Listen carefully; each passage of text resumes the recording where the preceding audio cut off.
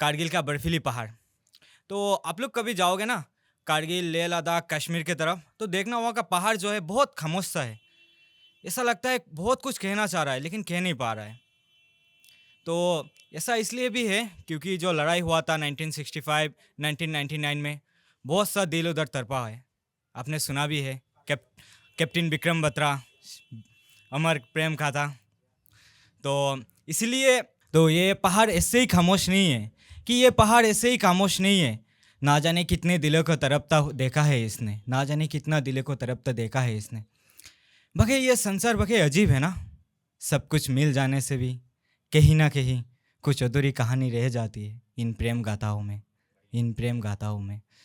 तो मैं जिस पहाड़ का पोस्ट में था, उधर से नेटवर्क वाले जगह में जाने के लिए लगभग 9 घंटे पैदल चलना पड़ता था बर्फ़ में।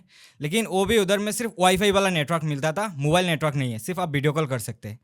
तो उधर में जाने के लिए हर कोई तैयार नहीं होता था, तो मैं अपना एक साथी को लेके चला जाता था। मैं सबसे पहले हाथ करा करता था, मैं जाना है, क्योंकि उसे एक बार वीडियो कॉल में एक झलक तो उसका दिख जाएगा।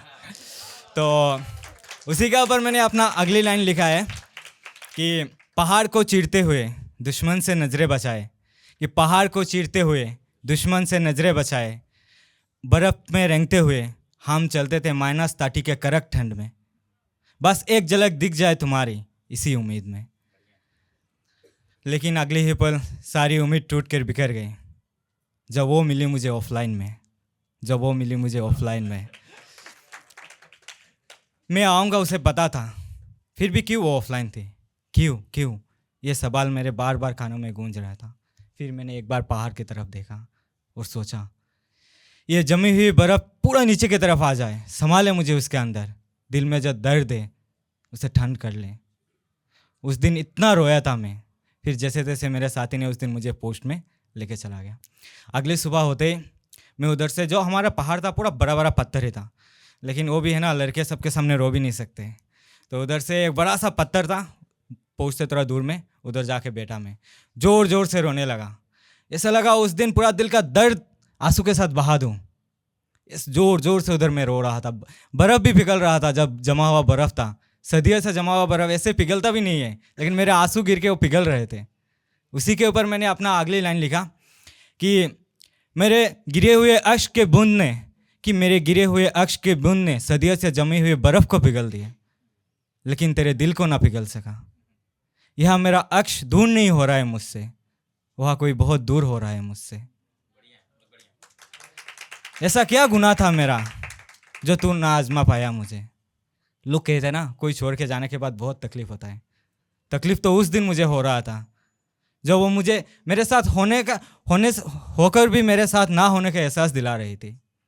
तो उसी एहसास के साथ मैं जी रहा था, तभी लैंडलाइन में कॉल आया कि मेरा पोस्टिंग आया है कश्मीर। सुनने के बाद दिल में थोड़ा राहत मिला। चलो अभी तो नेटवर्क मिल जाएगा, उससे बातचीत हो जाएगा, सब कुछ ठीक हो जाएगा, मैं सब कुछ ठीक कर लूँगा। लेकिन वो भी मेरा सिर्फ एक वहम था। कश्मीर जाने के बाद मेरा कहानी पूरा बदल गई। उधर नेटवर्क मिल रहा था, इंस्टाग्राम खुला, इंस्टा स्टोरी उसकी थी, बर्थडे वाला मेंशन किसी और का था। मैंने तुरंत उसको कॉल किया, कौन है ये, किसके लिए ये स्टोरी है, मैं ये कर दूंगा, मैं वो कर दूंगा, मैं वापस आ रहा हूँ। तभी उधर से उसका रिप्लाई आया, तुम ऐसा कुछ नहीं करोगे, तुम कुछ करो इससे पहले मैं खड़ा हो जाऊंगा। और तुम होते कौन हो ये सब कहने वाले, तुम कौन हो। मैं क्या बोलूँ, 5 साल का प्यार ऐसे ही 5 मिनट में ख़त्म होने वाला था। मेरा कानों से फ़ोन नीचे गिर गया, मैं ऐसे ही बैठते गया। कोशिश भी किया था रुकने के लिए, लेकिन वो कहते हैं ना, दुनिया में हर चीज़ को रुक सकते हैं, लेकिन कोई अगर चला जाए उसे वापस ला के रुकना बहुत नामुमकिन सा है। आप सब बोर तो नहीं हो रहे ना। तो आप आपसे एक सवाल है, किसी ने चिनाब नदी का नाम सुना है? सनी मेहवाल, जो अमर प्रेम गाथा उधर लिखी गई थी।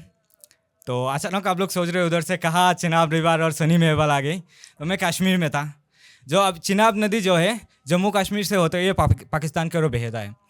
तो मैं अगले दिन सुबह चिनाब के शांत तट पर जाके बैठ गया। बैठ के घंटों तक खुद से बात करने लगा, क्योंकि मेरे पास मेरे सोनी नहीं थी ना, जो 2 पल बैठ के प्यार के 2 अल्फाज बोल सके। तो उसी के ऊपर मैंने अपना आखिरी कविता लिखा। अगर तुम चाहो अगर तुम चाहो तो मैं फ़कीर बन के आ जाऊँ तेरे एक दीदार को, कि तुम चाहो तो मैं फ़कीर बन के आ जाऊँ तेरे एक दीदार को। मोहब्बत ही मेरी दुनिया है, मुझे नहीं परवाह इस दुनियादारी का। अगर तुम चाहो तो मैं ये जनाब के तेज लहर को चीर के आ जाऊँ तेरे एक दीदार को। तुम आओगी ना, मिलोगी ना मुझसे। सुना है वहाँ एक मज़ार भी है, इश्क पे यकीन रखने वाले अक्सर वहाँ जाया करते हैं, उनका इश्क मुकम्मल हो जाती है। मैं भी जाना चाहता हूँ तुम्हारे साथ वहाँ, हाथ पकड़ लो ना मेरा एक आखिरी बार, जाना चाहता हूँ तुम्हारे साथ। ऐसा ना हो तुम आओ और मुझे इश्क पे यकीन ही ना हो, एक आखिरी बार हाथ पकड़ लो ना मेरा, एक आखिरी बार हाथ पकड़ लो ना मेरा। बहुत बहुत शुक्रिया था।